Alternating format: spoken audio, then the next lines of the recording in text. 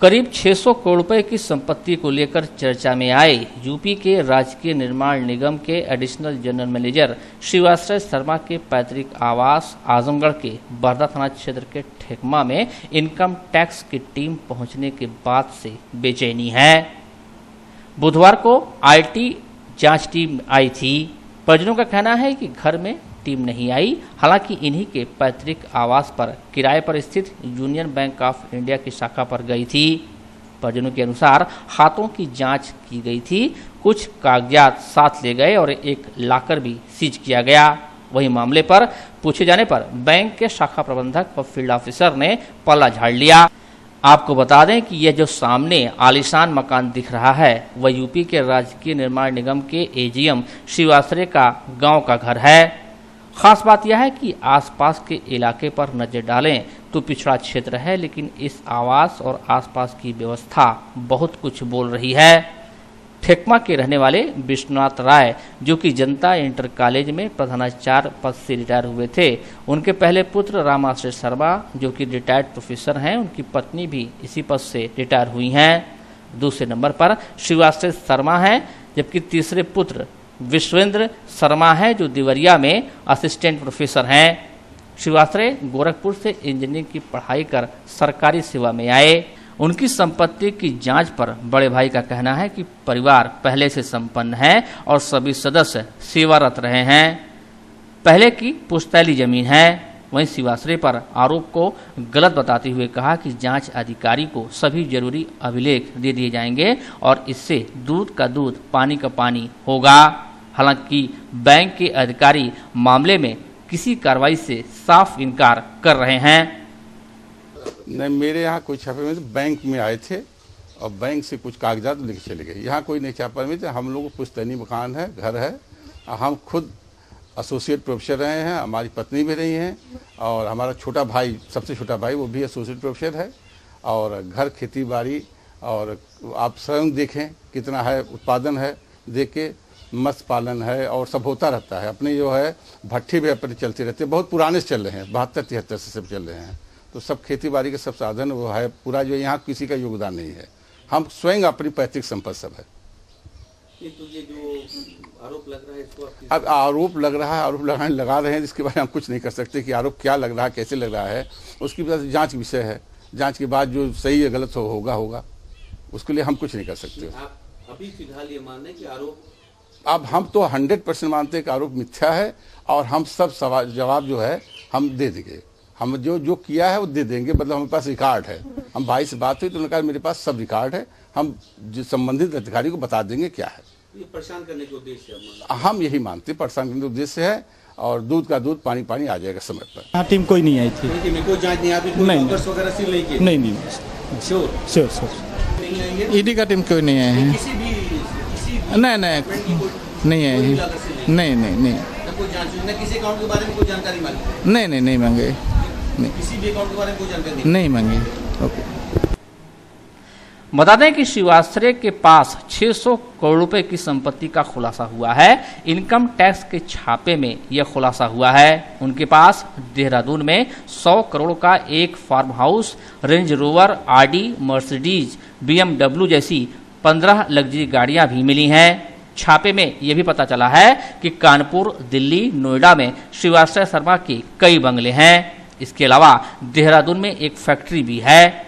छापेमारी के बाद आरोपों के घेरे में आए राजकीय निर्माण निगम के एडिशनल जनरल मैनेजर का पक्ष अभी तक सामने नहीं आया है।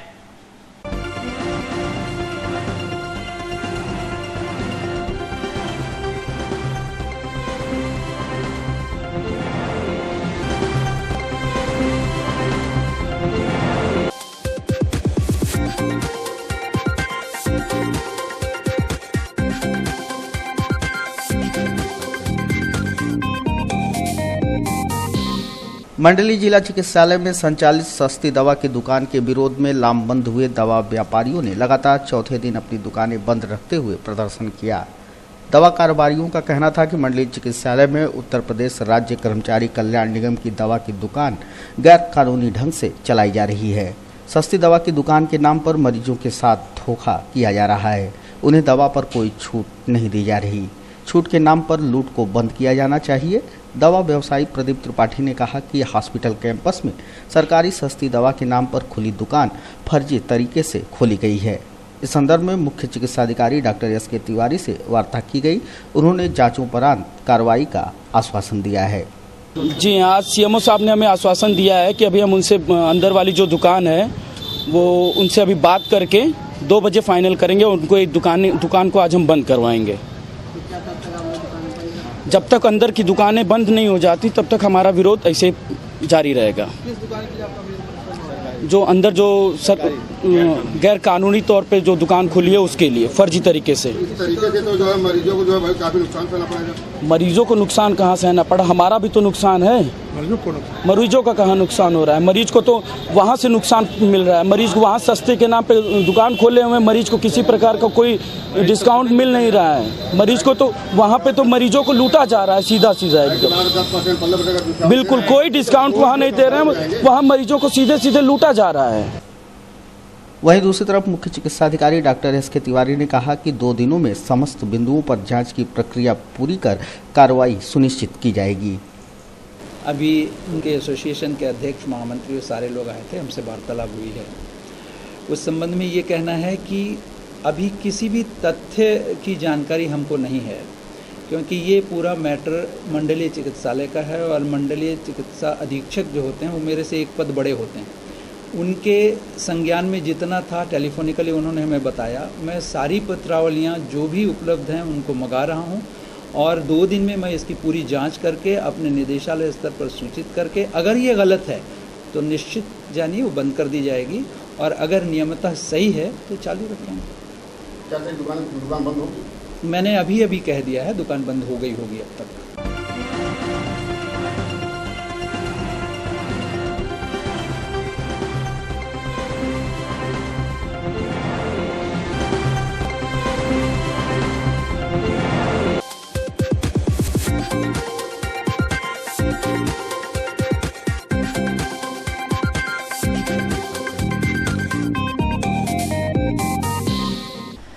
आजमगढ़ के मुबारकपुर थाना क्षेत्र स्थित सठियाओं रेलवे क्रॉसिंग पर काफिले को पास न मिलने पर मऊ जनपद के मोहम्मदाबाद गोहना सीट से बीजेपी विधायक श्रीराम सोनकर के साथ प्राइवेट व सरकारी गनर पर युवक से मारपीट का आरोप लगा है।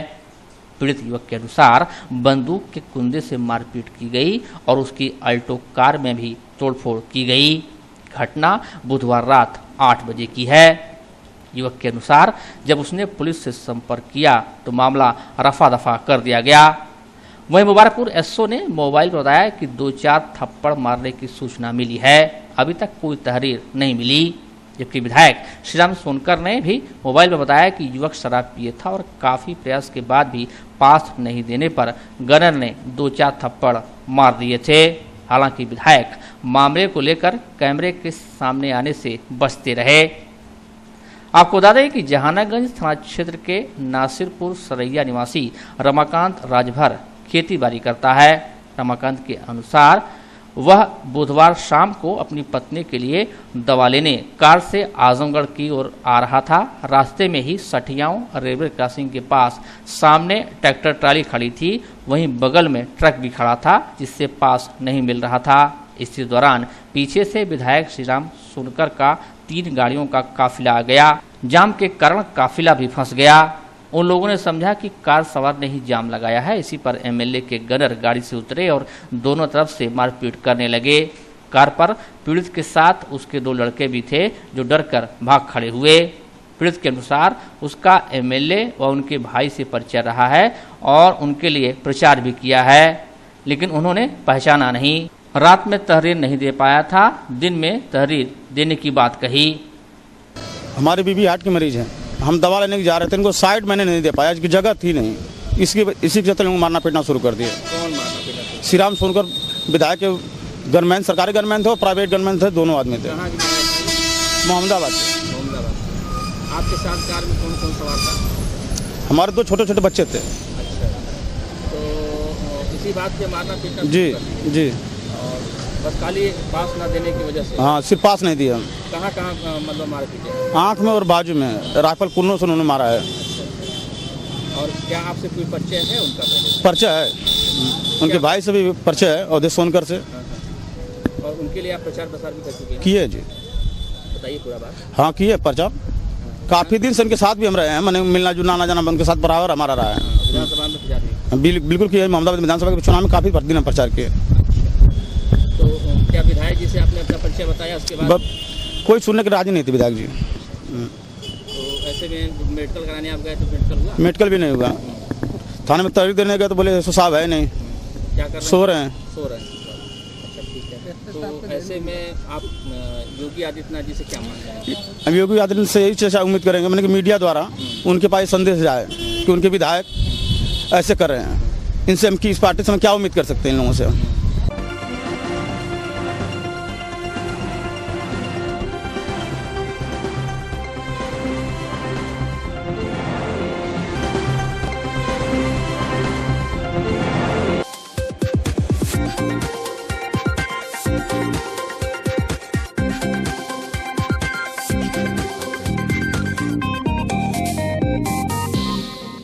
परीक्षा के दौरान कॉलेज से उत्तर पुस्तिका व पेपर बाहर ले जाने, विरोध करने पर कक्ष निरीक्षक के घर पर जाकर धमकी देने के मामले में गिरफ्तार शिवली कॉलेज के छात्र संघ अध्यक्ष अरसलान खां को पुलिस ने गुरुवार के दिन जेल भेज दिया। कॉलेज के प्रिंसिपल डॉक्टर गयास असद खान ने बताया कि पूर्वांचल विश्वविद्यालय द्वारा संचालित परीक्षा के तहत शिवली महाविद्यालय के छात्र संघ अध्यक्ष बुधवार सुबह की पाली में बीकॉम थर्ड ईयर की परीक्षा दे रहे थे। इस दौरान वह मोबाइल से पेपर की फोटो लेने लगे। इस पर कक्ष निरीक्षक ने उन्हें मना किया तो बवाल करते हुए परीक्षा छोड़कर चले गए। इसके बाद परीक्षा समाप्त होने पर फर्जी कॉपी जमा करने पर अड़ गए और कक्ष निरीक्षक को धमकी देने लगे, जिसकी सूचना प्रिंसिपल ने जिला प्रशासन को दी। इस मामले में कक्ष निरीक्षक ने तहरीर देकर छात्र संघ अध्यक्ष के विरुद्ध मुकदमा दर्ज कराया। कि कल हमारे कॉलेज के छात्र संघ के अध्यक्ष अरसलान खान, परीक्षा उनकी बीकॉम थर्ड ईयर की थी, वो परीक्षा कक्ष में मोबाइल लेकर के गए थे, जबकि परीक्षा के नियमों का ये पूरी तरह उल्लंघन था। कक्ष निरीक्षक ने वहाँ से अवगत कराया कि ऐसा है और ये मोबाइल नहीं दे रहे हैं। उस पर मैं स्वयं वहाँ पर गया और उनसे उनका मोबाइल ले लिया, उन्होंने मुझको दे दिया। फिर वो परीक्षा के कमरे से बाहर निकल आए और बाहर निकल करके हमने कहा क्या परीक्षा नहीं देना है, तो उन्होंने कहा कि नहीं हम जा रहे हैं, और वो चले गए वहाँ से। उसके बाद इधर उधर अपना टाइम व्यतीत करते रहे और फिर जब परीक्षा समाप्त हुई तो उनके द्वारा 2 लड़कों को भेजा गया एक लिखी हुई कॉपी कि कक्ष निरीक्षक पर दबाव बना करके वो उस कॉपी को जमा करवा दें।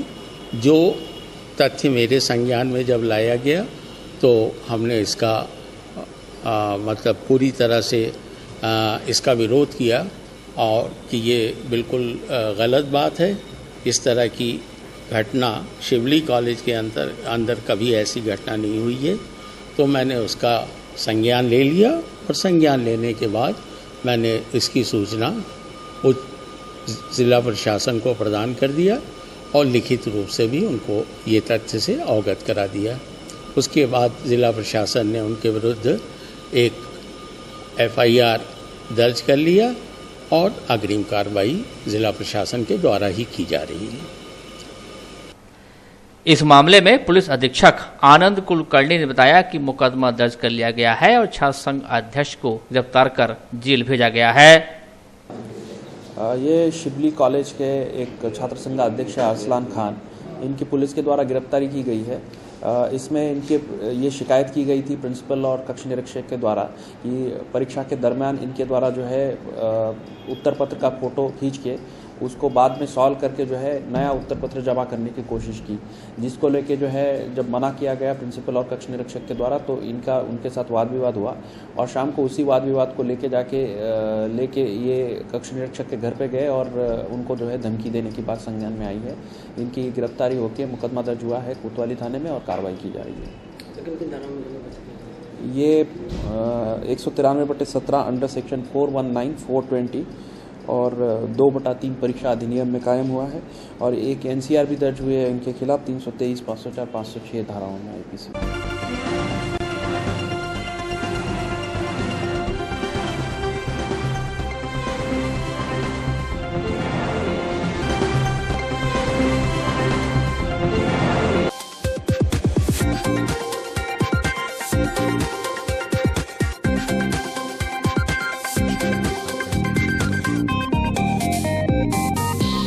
शासन के भ्रष्ट अधिकारियों के प्रति सख्ती के सुर में स्वर मिलाते हुए गुरुवार को हिंदू युवा वाहिनी के पूर्व जिला अध्यक्ष दीनानाथ सिंह के नेतृत्व में तमाम लोगों ने सहायक निबंधक फर्म सोसाइटी एवं चिट्स आजमगढ़ मंडल के कार्यालय पर यह धरना दिया।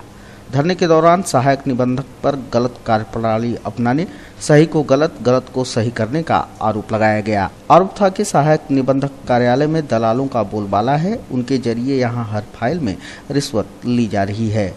धरने के माध्यम से कार्यालय में दलालों का भ्रष्टाचार का खेल बंद करने, सहायक निबंधक के कार्यकाल में लिए गए फैसलों की जांच करने की मांग की गई। ये कार्यक्रम इस अधिकारी के गलत तरीके की कार्यप्रणाली से, इनकी जो गलत गतिविधियां, जिस तरह की संलिप्तता इनकी है ऑफिस में, एक तो आजमगढ़, मऊ, बलिया 3 जिले के ये रजिस्ट्रार हैं, निबंधक हैं। 3 जिले के कॉलेजों के काम पड़ते हैं। कॉलेजों में कुछ ऐसे कॉलेज भी हैं जहां की प्रबंधक महिलाएं हैं।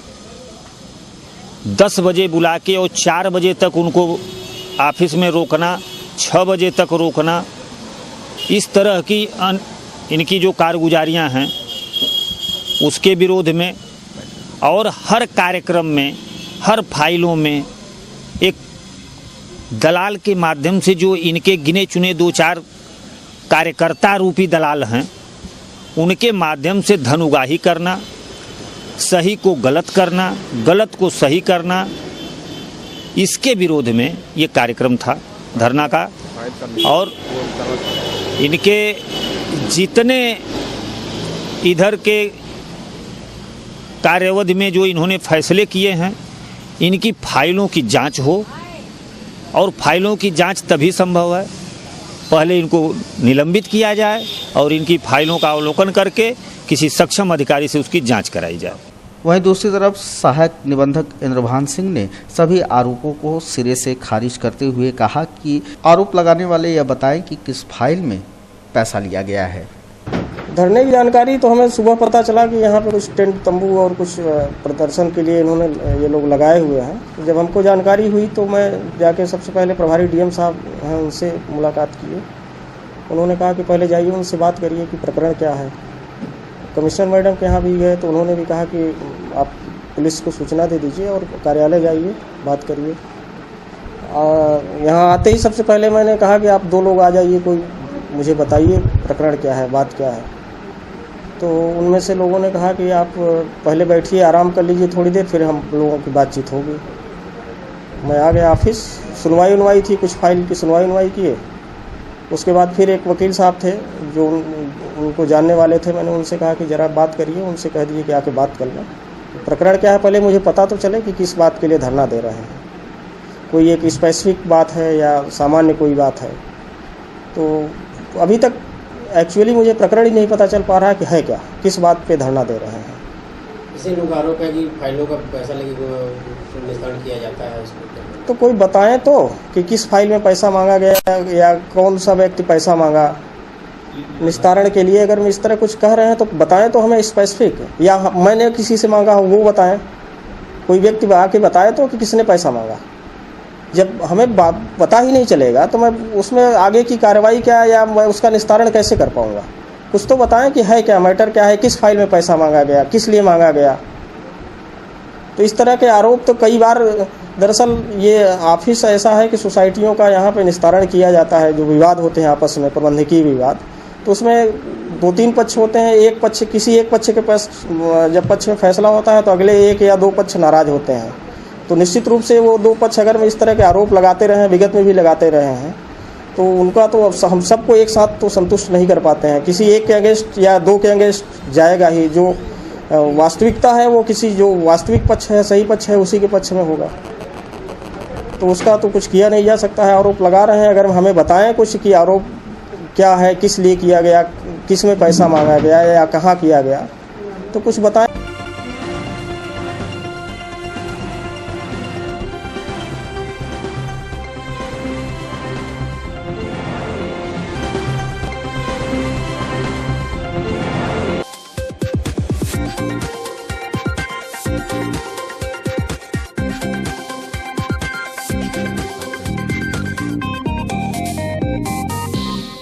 यातायात पुलिस का सघन वाहन चेकिंग अभियान लगातार जारी है। गुरुवार को उप निरीक्षक यातायात अमित सिंह के नेतृत्व में बागेश्वर चौराहे, चर्च चौराहे और नरोली क्षेत्र में अभियान चलाकर गाड़ियों की चेकिंग की गई। अभियान के दौरान नगर की सड़कों पर बिना हेलमेट दुपहिया वाहन चलाने वाले चालकों, बिना नंबर वाली गाड़ियों के साथ साथ अधिक सवारी ढो रहे टेम्पो चालकों को यातायात का पाठ पढ़ाया गया।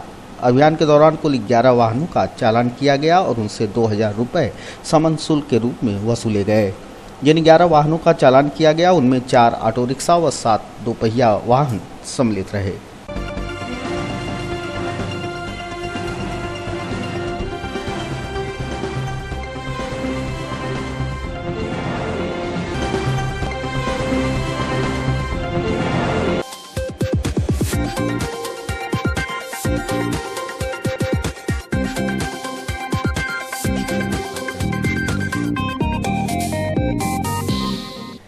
सिधारी क्षेत्र में इन दिनों पुलिस पस्त है और चोर मस्त हैं।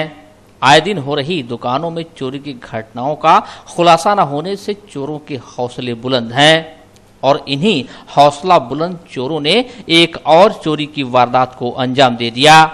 जी हां, पुराना पुल सिधारी पर स्थित general cosmetic and gift centre का ताला तोड़कर करीब 15,000 के सामान पर चोरों ने हाथ साफ कर दिया। दुकान मालिक अरविंद कुमार पप्पू को चोरी की जानकारी पड़ोसियों ने दी तो उसके होश उड़ गए। अनफानन में दुकानदार ने 100 नंबर डायल कर चोरी की सूचना पुलिस को दी। मिली करीब 3:30 बजे बगल के लोग से बताया मालूम हुआ है कि आपका पूरा शटर खुला हुआ है। जब हम लोग घर से आए तो पूरा शटर आधा से अधिक खुला हुआ था, सामान पूरा फालतू बिखरा हुआ था। तो 100 नंबर हम लोग डायल किया गया। 100 नंबर से 10 मिनट बाद गाड़ी आई तो जो आवश्यक कार्रवाई हुआ उस पर लिखे थाना से भी पर हम लिखे हुए गए, आश्वासन दिए। इस पर हम लोग जांच करेंगे, कार्रवाई करेंगे। कितनी चोरियां हो चुकी हैं अब तक? सिधारी थाना से भैया इधर 2-3 दिन में आज हमारे यहाँ हुआ है, एक दिन पहले सिधरा प्रोविजनल हुआ है और उसके पहले भी यहाँ 2-3 चोरियाँ हो चुकी हैं। क्या लग रहा है यहाँ चोर बहुत सक्रिय है और यहाँ पुलिस प्रशासन गाँव में क्या करना चाहिए? चोर तो यहाँ पर सक्रिय ही हैं। चोरी करने वाले लोकल ही होंगे या फिर अगर जो भी हो इसके बारे में हम कन्फर्म नहीं है, लेकिन चोरियाँ कर हो ही रही हैं। पुलिस प्रशासन को ध्यान नहीं दे रही है। प्रशासन गौर करता है इस पर, इस तरह का कोई हरकत तो होता नहीं। इसके पहले कभी यहाँ चोरी नहीं हुई थी। इस तरह कभी घटना सिराड़ी बनी सुनने को मिली कि यहाँ चोरी हो रही है, अभी ताला टूट रहा है, सामान गायब हो रहे हैं। कितने का सामान नुकसान हुआ आपने? सामान वही लमसम मेरा ये मान लीजिए बैग वो गायब हुआ था, वही 10-15 हज़ार रुपये का नुकसान हुआ होगा।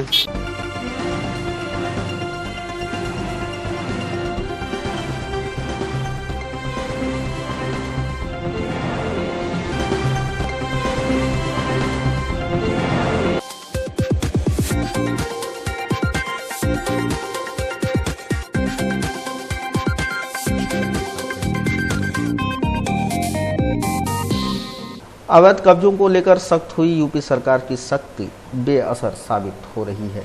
दबंग व भूमाफिया बेलगाम काम को पुलिस की मिली भगत से अंजाम दे रहे हैं। सगड़ी तहसील के थाना जीयनपुर के गांव हसनपट्टी निवासी संजय यादव के द्वारा दिया गया पुलिस अधीक्षक को ज्ञापन कुछ ऐसा ही इशारा कर रहा है। फरियादी संजय यादव ने बताया कि उनकी पुश्तैनी जमीन पर दबंग जबरन कब्जा कर रहे हैं। अब उस जमीन पर वह बाउंड्री वाल भी बना रहे हैं। थाना अध्यक्ष को 2 बार प्रार्थना पत्र दे चुके संजय यादव ने कोई कार्रवाई न होने पर पुलिस अधीक्षक से गुहार लगाई है। उन्होंने पुलिस पर भी भ्रष्टाचार का आरोप लगाते हुए बताया कि इनकी जमीन बचाने दबंगों पर कार्रवाई करने के बजाय वह भी 2 लाख रुपए लेकर जमीन छोड़ देने की बात कह रही है। जमीन है और संतोष और भुवर यादव मिल के सब कब्जा कर रहे हैं गुंडे से। कहाँ थे आप लोग? हम जीयनपुर का हैं। कौन लोग हैं, पड़ोसी हैं कि दबंग? नए दबंग आदमी हैं लोग। क्या कह रहे हैं आप? वो कल हम ईटा गिरवाए थे सब, तो कल हम फ़ोन किए कि भाई ईटा आप लोग गिरवाए हैं, तो कह रहे हैं कि हाँ ईटा हम गिरवाए हैं। तो हम कहें ज़मीन हमारे बाप के नाम से है, ज़मीन हमारी है, तो हमको जीयनपुर चौराहा पर बुलाएं। उसके बाद सब मारने लगे। थाने पर गए, दरखास्त दिए, तो दरोगा साहब बुलाएं तो कह रहे हैं कि 9 बजे उसको बुलाएं, तो 9 बजे वो थाने पर नहीं गया। फिर दूसरा आदमी एक भूअर नाम को गया, तो वो बोल रहा है कि ज़मीन हमारी है, हम खरीद लिए हैं। तो साहब बोले कि ज़मीन खरीद लिए हैं। तो एक सिपाही थे, जयराम की क्या नाम थे, तो वो कह रहे हैं कि तुम लोग ऐसा करो, सुभाष नाम है, ऐसा करो कि तुम लोग ज़मीन का 2 लाख रुपया ले लो, ज़मीन दे दो। ये दोनों आदमी लोग घूस लिए हैं, सिपाही साहब घूस लेके कह रहे हैं कि तुम लोग ज़मीन दे दो उसको, तुम लोग नहीं कुछ कर। वो कह रहा है कि जो बदमाश वो कह रहा है कि तुम लोग को ज़मीन लेने के लिए बहुत युग बीत जाएगा।